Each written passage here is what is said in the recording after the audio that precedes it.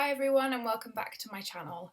Today I'm going to be reviewing this, the Vichy Dermablend foundation. So I've heard absolutely loads about this foundation. It's meant to be incredible for people who want high coverage but nothing kind of mask-like and really heavy and uncomfortable to wear. Dermablend Fluid Corrective Foundation 16 Hour.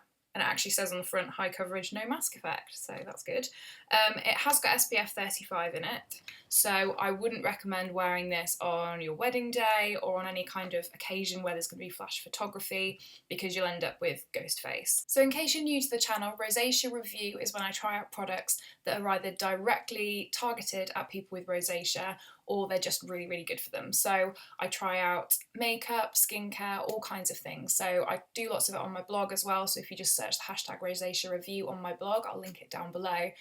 You'll be able to see all of the products that I've reviewed so far. So a little bit about rosacea in case you don't know anything about it. It means that the skin is very red, it flushes very easily, it's extremely sensitive, and these flare-ups can be triggered by all sorts of things. So any kind of extremes of temperature, stress, spicy foods, alcohol, hair straighteners, hot baths, you name it. Anything fun, basically, my skin reacts terribly to it. So I'm constantly looking for makeup that can, one, cover the redness, two, not look like I'm wearing a hideous mask of makeup, and three, doesn't aggravate my skin and make it even more angry than it already is. So as usual, I'm going to apply the foundation to one half of my face so that we can compare the two. So I'll get cracking. It looks quite peachy. So for some reason I expected Dermablend to be quite thick, almost a similar consistency to the La Roche-Posay foundation that I tried a couple of weeks ago, but it's actually quite fluid. It's not kind of rolling off my hand or anything, but it's definitely not moussey or, you know, kind of a solid texture. It's quite fluid, so I imagine it's going to be quite easy to blend. So I'm going to apply it to this side of my face. Oh, that looks white, doesn't it?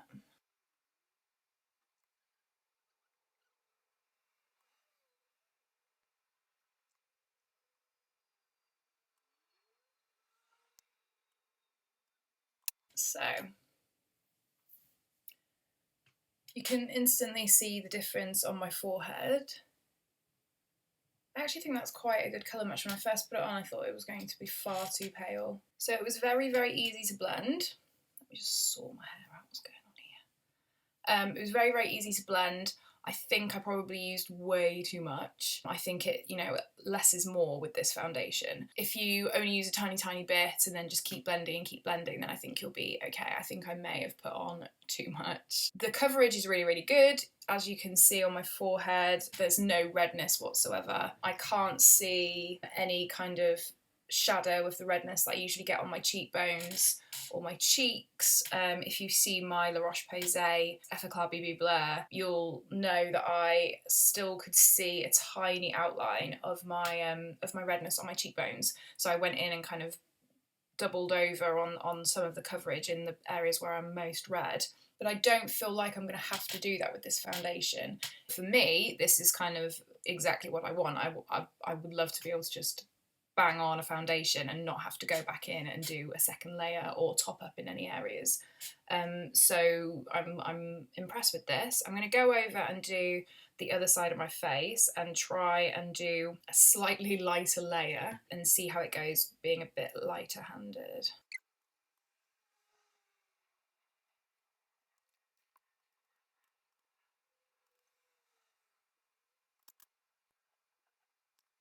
Finished face. Let me just get my hair out of the way. Sorry about the squeaky chair.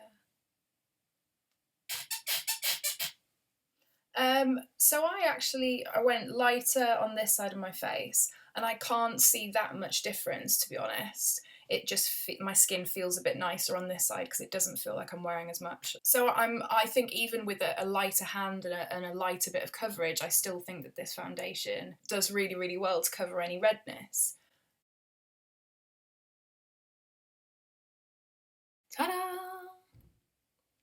So I have applied concealer just under my eyes, mascara, eyeshadow, brow products, blusher, highlighter and lipstick. I haven't put any concealer over my redness. I haven't put any kind of, tinted powder over anything. So what you see on my skin is just the foundation. So from looking at my foundation in my mirror over there, you can notice that I'm wearing foundation. Obviously, I think if you're using a high coverage foundation, that's just something that you have to accept. So I would say that in comparison to the Effaclar BB Blur that I tried out last week, I'd say that this is heavier coverage. You can see it a lot more on your skin, but I would also say that it's a lot easier and quicker to apply. It's fluid as opposed to a mousse, so it blends really, really easily. It feels lovely going onto the skin. I didn't need to go back over and cover any of my redness. It kind of just, I did one coat, and as you can see, I've added kind of a tinted highlighter and I've got blusher on,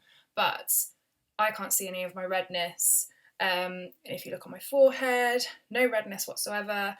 I didn't need to go over and top up like I did with the La Roche-Posay version. So I think I'll probably reach this on the days that I need more coverage, but I have no time. So if I've snoozed way too many times and I really have to get out of the house and I don't have time to be topping up and doing extra layers of foundation, I think this is definitely the foundation I'll go for. So to summarise, the Vichy Dermablend foundation is probably one of the highest coverage foundations I've tried. I didn't need to go in and touch up any areas. It was just full coverage from the get-go.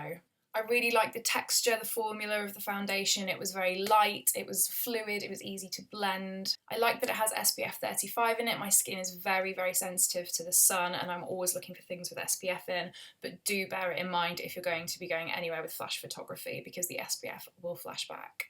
I didn't apply primer underneath this foundation and I've got quite oily skin, so I'm going to test it out for the rest of the day and see how it fares. I will put in the description bar below how well it lasted over the day, and I'll also try this out tomorrow with primer underneath it so I can compare and see how long lasting it is. But for now, I'm really pleased with this foundation.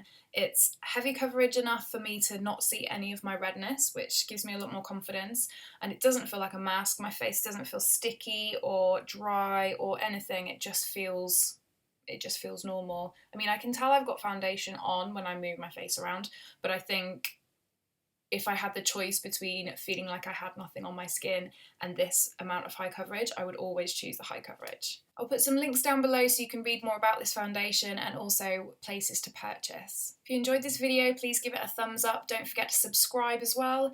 And if you have any other foundations that you'd like me to try or that you think are brilliant, then please leave me a comment below and I'll take a look. Thanks for watching, I'll see you soon.